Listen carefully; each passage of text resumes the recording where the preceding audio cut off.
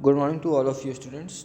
आज हम लोग नेक्स्ट पार्ट पढ़ने जा रहे हैं ज्योतिबा फुले एंड सत्य शोधक समाज और Jyotiba Phule. The ongoing social reform movements in Bengal and Bombay inspired Jyotiba Phule and he founded the Satya Shodhak समाज इन महाराष्ट्र। जो ये सारे सोशल रिफॉर्म्स चल रहे थे बंगाल बॉम्बे में, इनसे इंस्पायर होकर ज्योतिबा फुले ने सत्य शोधक समाज महाराष्ट्र में उसकी स्थापना करती। And she started a school for Dalits, और दलितों के लिए उन्होंने ज्योतिबा फुले ने क्या किया, स्कूल खोल दिए। He opposed untouchability and launched a movement and was able to make the society aware of the problems of the Dalit। और उन्होंने अनटचेबिलिटी का क्या किया, अपोज किया, विद्रोह किया, और फिर उन्होंने एक मूवमेंट लॉन्च किया। उस मूवमेंट से क्या उन्होंने किया, उन्होंने सोशल सोसाइटी, जो उनकी सोशल सोसाइटी थी, उनके जो दलित थे, उनकी जो प्रॉब्लम्स हुआ करती थी, उसमें अवेयरनेस लाई। तो उन्होंने क्या किया, ये मूवमेंट स्टार्ट किया, एक ऐसा मूवमेंट जिनसे दलितों की जो प्रॉब्लम है वो सोसाइटी के सामने आ सके, या दलित जो होते हैं वो अपनी प्रॉब्लम्स के बारे में समझ सकें। He was a staunch supporter of window री मैरिज, वो विडो री मैरिज के भी सपोर्टर थे। And himself set an example in this field, और खुद एक एग्जाम्पल उन्होंने सेट किया था। He also received the support of social reformers Jagannath सेठ एंड बौदाजी। बौदाजी का और जगन्नाथ सेठ का सपोर्ट भी उन्हें मिला था। अब हम लोग बात करते हैं Swami Vivekananda and Ramakrishna Mission. Another important social reformers in the 19th century was Ramakrishna Paramahansa. सबसे जो हम लोग बात करें स्वामी विवेकानंद के बारे में सभी लोग लगभग जानते हैं, तो हम ऐसी बात करते हैं 19th सेंचुरी के एक बहुत ही इम्पॉर्टेंट सोशल रिफॉर्मर्स थे जिनका नाम था Ramakrishna Paramahansa. He was born in 1836 in Hooghly district of Bengal. Bengal में उनका जन्म हुआ था, हुगली डिस्ट्रिक्ट पे, कब, 1836 में। By childhood he was spiritual and accepted purity of all the religions, और बचपन से ही वो स्पिरिचुअल थे और सभी रिलीजन्स को वो एक्सेप्ट भी करते थे। Declaring the Indian culture supreme, he favored idol worship। उन्होंने इंडियन कल्चर को सबसे ऊपर रखा और आइडल वर्शिप को फेवर दिया।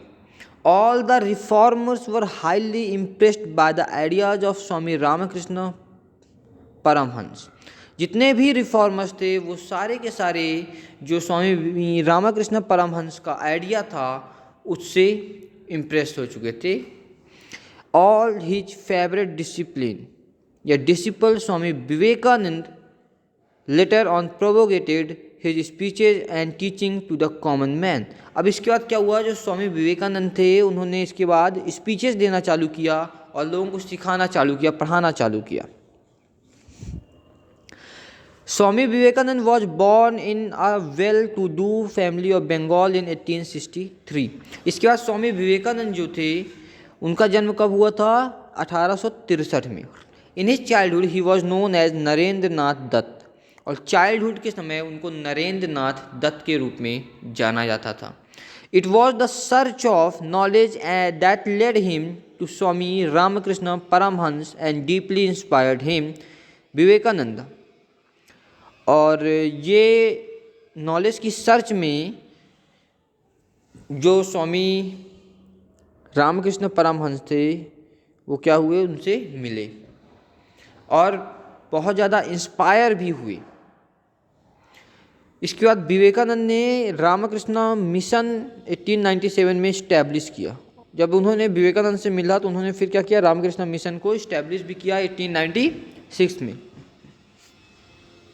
The main aim of the mission was to link Indian nationalism to spiritualism and serve the society। इस पूरे मिशन का एम क्या था, गोल क्या था, ये था कि वो नेशनलिज्म को जोड़े और इंडिया की नेशनलिज्म जो है वो स्पिरिचुअलिज्म को जुड़े, और ये जो उनको सीख मिलती थी उस सीख को वो पूरे सोसाइटी में सर्व भी करें। The mission did commendable relief work in flood, famines and epidemics and ran educational institution। इस मिशन में क्या होता था, रिलीफ वर्क में काम किया जाता था, जैसे फ्लड आ गई कहीं वहाँ पे रिलीफ दिया जाता था, रेस्क्यू टीम की तरह काम करते थे। दूसरा, ये एजुकेशनल इंस्टीट्यूट भी चलाते थे। The mission respected all religions and worship rights and honoured there religious devotion. ये जो मिशन था ये सभी रिलीजन को एक जैसे रिस्पेक्ट देता था, सभी की एक जैसा मानता था, सभी को एक तरह मानता था और सभी के रिलीजियस डिवोशन को भी ऑनर्स देता था। आप लोगों को अगर स्वामी रामकृष्ण विवेकानंद मिशन जो संस्था थी, इस संस्था का एक एग्जाम्पल देखना तो सतना में भी एक एग्जाम्पल है। आपको एक स्कूल के बारे में बता रहा हूँ मैं, स्वामी रामकृष्ण विवेकानंद स्कूल है, मिशन स्कूल। ये इसी ट्रस्ट की स्कूल है, मीन्स रामकृष्ण मिशन ट्रस्ट की ही स्कूल है। He inspired the countrymen to eliminate poverty and create awareness। उन्होंने पूरे कंट्री को इंस्पायर किया था कि वो पॉवर्टी को ख़त्म कर सकें, जिससे पॉवर्टी क्या हो, ख़त्म हो सके। पॉवर्टी मतलब गरीबी ख़त्म हो सके और अवेयरनेस, लोगों के अंदर जागरूकता आए। He believed that Indian culture was the best of all। उनका मानना था कि सभी कल्चर में इंडियन कल्चर बेस्ट है। And he helped to raise the prestige of Indian culture in foreign countries. और विदेशों में भी उन्होंने इंडियन कल्चर की महानता को बढ़ाया और उसकी इज्जत को भी बढ़ाया।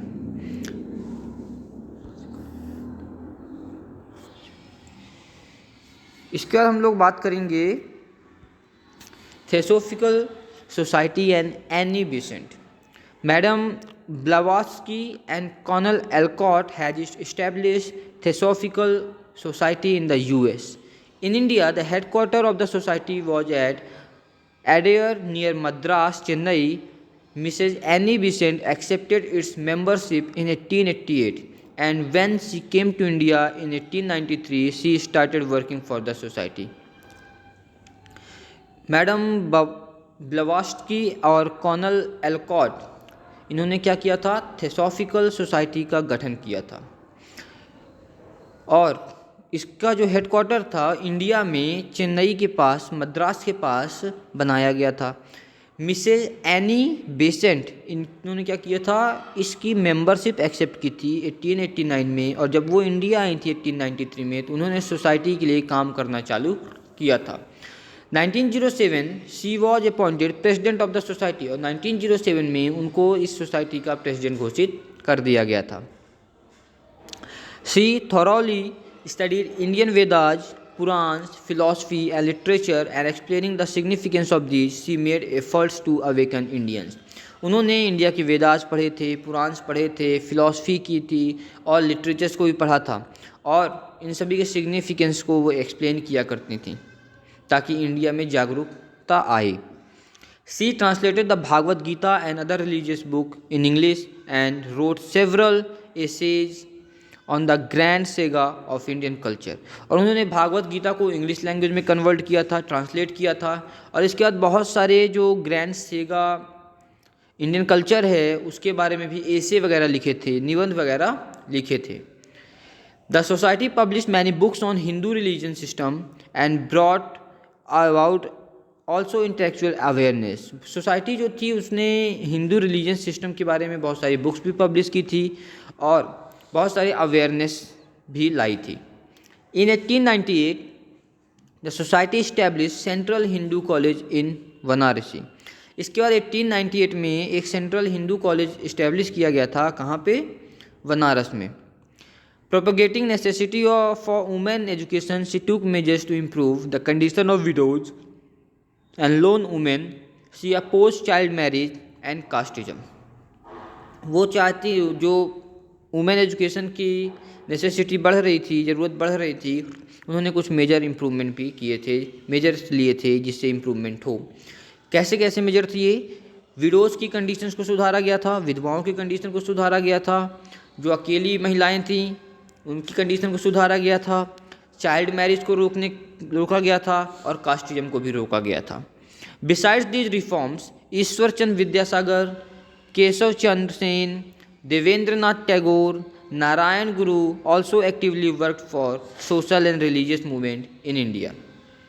इन लोगों ने भी सोशल और रिलीजियस मूवमेंट में इंडिया में काम किया था। ओके स्टूडेंट्स, इसके बाद जो हमारा नेक्स्ट टॉपिक रहेगा जिसे हम लोग नेक्स्ट वीडियो में पढ़ेंगे, वो टॉपिक हमारा क्या रहेगा, मुस्लिम सोसाइटी और रिफॉर्म मूवमेंट। यहाँ से हमारा हिंदू सोसाइटी और रिफॉर्म मूवमेंट अप्रॉक्सीमेटली ख़त्म हो जाता है। ठीक है students, thank you so much.